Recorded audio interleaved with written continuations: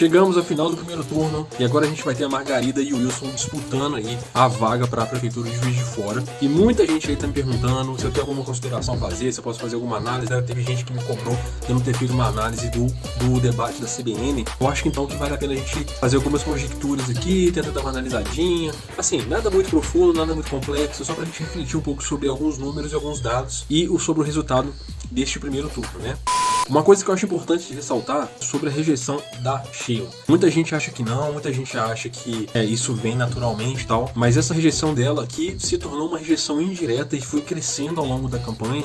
Eu acredito que tenha vindo muito do partido. A gente tá vendo que o governo Bolsonaro não tá passando um bom momento, né? Eu já falei isso em outro vídeo aqui, que a economia, quando não mata, ela aleija, e haja ideologia para segurar um governo que tá com dificuldade de resolver problemas econômicos e mais a pandemia e por aí vai, né? Então ela indiretamente acabou absorvendo aí uma rejeição que veio do fato dela estar no PSL, do fato de o PSL ser o partido que elegeu o Bolsonaro, né? Tem essa questão toda que foi sendo construída e muita coisa de boato que foi crescendo e crescendo, e as pessoas acabaram trazendo aí para ela uma rejeição que subiu muito e se tornou crucial pro resultado dessas eleições. E por que eu tô dizendo isso? Todas as pesquisas anteriores que foram feitas aí em diversos veículos, inclusive de jornais, apontavam que a Sheila sempre tinha vantagem. Ela tava sempre uma margem de 20 para cima, 27, e sempre vencendo no segundo turno os adversários. Botar ela no eixo, no centro, né, como a possível candidato que venceria, fez com que naturalmente a rejeição aumentasse. Normalmente há uma grande exposição com quem é o grande nome a se vencer, então ele é o nome a ser batido, então é natural que isso aconteça.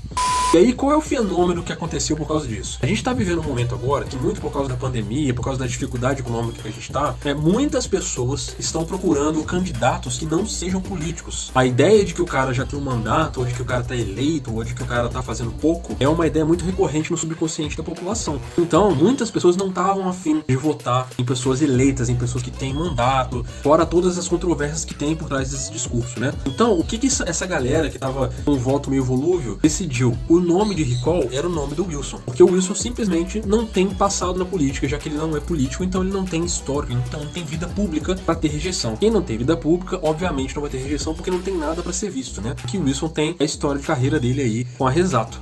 Então, esses votos todos de pessoas que estão meio indignadas com a política, com a economia e com o cenário atual, já foi direto no recall e migrou pro Wilson de cara, e deu-se aquele resultado que a gente viu logo aí da primeira pesquisa do Ibope, que colocou o Wilson disparado na frente e a Margarida em segundo. E pela primeira vez mostrando que a delegada Sheila estava numa outra posição.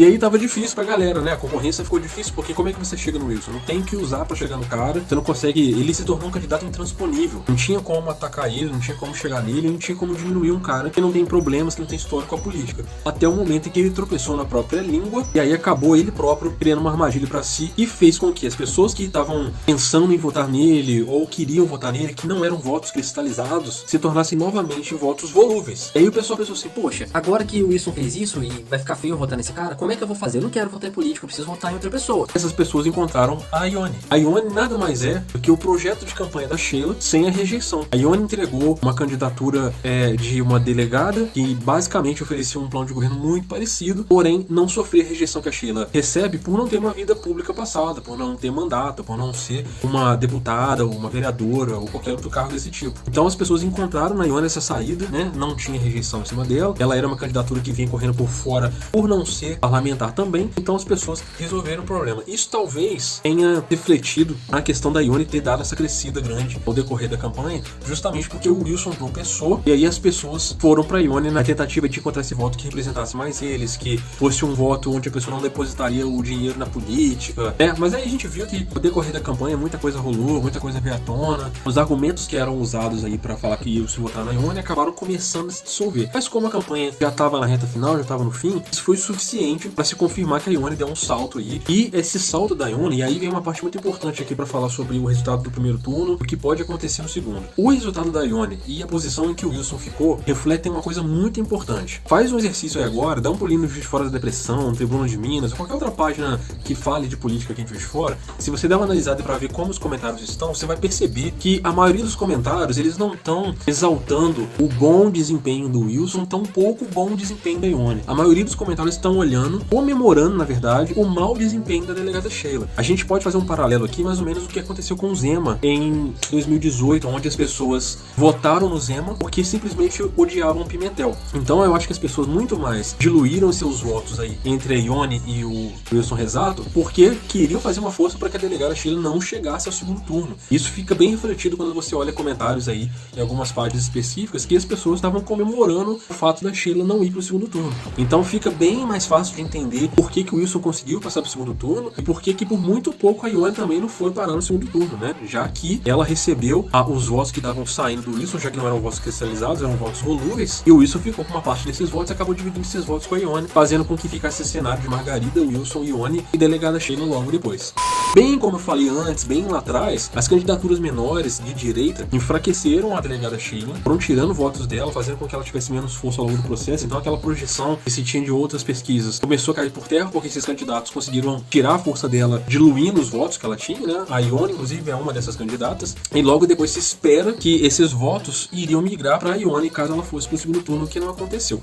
Aí agora o que fica? Fica uma incógnita, né? Porque a gente fica pensando o seguinte, pô, e será que agora os votos da Ione, eles vão migrar todos pro Wilson? E aí fica um cenário pra gente analisar, né? O Wilson, ele se entrega como um cara de direita porque ele é um empresário, como se isso bastasse pra dizer que é de direita. Mas tá no PSB, que é um partido que se diz socialista. Então tá difícil de entender onde ele tá. Tem a questão dele ter tropeçado na própria língua, que contribui muito contra ele. Eu discordo de você, tá? Juiz de Fora devia ser bem menor do que é. Então eu não acho que vai ser tão fácil assim ele absorver os votos da Ione, não. Eu acredito, inclusive, que esse pessoal que votou na Ione que é um pessoal que se considera de direita e muita gente que tem uma certa admiração por quem é empresário e é bem sucedido e acha que isso é suficiente para administrar uma prefeitura. Eu acho bem complicado esse pessoal que votou na Ione migrar o voto pro Wilson porque ele não tá muito bem definido o que ele é e quem ele é. Eu acho que, inclusive, o dilema tá tão grande entre esse pessoal que é da direita, votar na Margarida, que seria para eles bem complicado, e votar no Wilson que falou, que é bem possível que a gente acabe vendo que essas pessoas não vão votar, aumentando mais ainda aí a abstenção, né? E essa abstenção pode ser um diferencial que pode acabar fazendo a Margarida vencer a campanha. Porque nessa aí de muita gente de repente achar que não tem como votar nem no Wilson nem na Margarida, muita gente acaba migrando pra Margarida, porque ficou sem opção, sem referência da esquerda, que tinha a Lorene, o Eleutério, a Vitória Mello, que não engordam tanto a candidatura, mas dão mais forças, e muita gente que vai acabar decidindo que a Margarida é muito melhor mesmo que o Wilson, vai migrar pra lá. E essa diferença pode ser a diferença que vai fazer a Margarida vencer no final das contas, né? Já que o Wilson falou o que falou, e por muito pouco ele quase não foi pro segundo turno, e eu acredito que a diluição de votos da direita entre todos esses candidatos fez com que essas candidaturas perdessem muito a força. Então isso pode fazer uma diferença muito grande no segundo turno agora. A minha opinião é de que a Margarida fez uma campanha muito tranquila, porque como ela estava numa posição de todo mundo queria ir pro segundo turno com ela, visando aquela coisa dela perder no segundo turno, pouca gente se deu o trabalho de atacar ela ou fazer qualquer coisa do tipo, porque não havia necessidade. Então ela conseguiu fazer uma campanha propositiva, passou tranquila, passou suave, sem precisar entrar em muitos conflitos, fez só aquela pecinha ali muito inteligente do Banco Imobiliário para poder dar uma cutucada no Wilson, que foi uma peça muito boa, inclusive. E aí, se fosse um cenário onde ela fosse com a Ione pro segundo turno, a gente teria uma polarização bem grande, e aquela questão de esquerda e direita talvez ficasse um pouco mais forte. Mas como ela vai com o Wilson, que é um cara que não tem muita capacidade política, não tem muito jogo de cintura, a gente viu isso no debate da CBN, que ele simplesmente apagou, foi um cara com uma postura derrotada pra lá, talvez, em cima dessa falta de habilidade dele, ela consiga fazer um segundo turno no mesmo tom que ela fez agora, talvez mude uma coisa ou outra, e isso pode fazer a diferença pra ela vencer, porque isso tá fazendo a Margarida ganhar muita simpatia com muita gente aí, já que o PT tá escondido, já que ela não fala de Lula, já que o partido não se torna uma coisa prioritária, né, ela acaba se tornando a protagonista da própria campanha, e isso tem agradado a muitas pessoas, a campanha dela foi muito inteligente. Então, dessa vez, finalmente eu acho que a Margarida vai chegar ao objetivo dela de ser prefeita sim, porque o adversário dela contribuiu muito pra isso. Essa é só a minha opinião, espero que você tenha gostado aí, deixa aqui o seu comentário, valeu gente.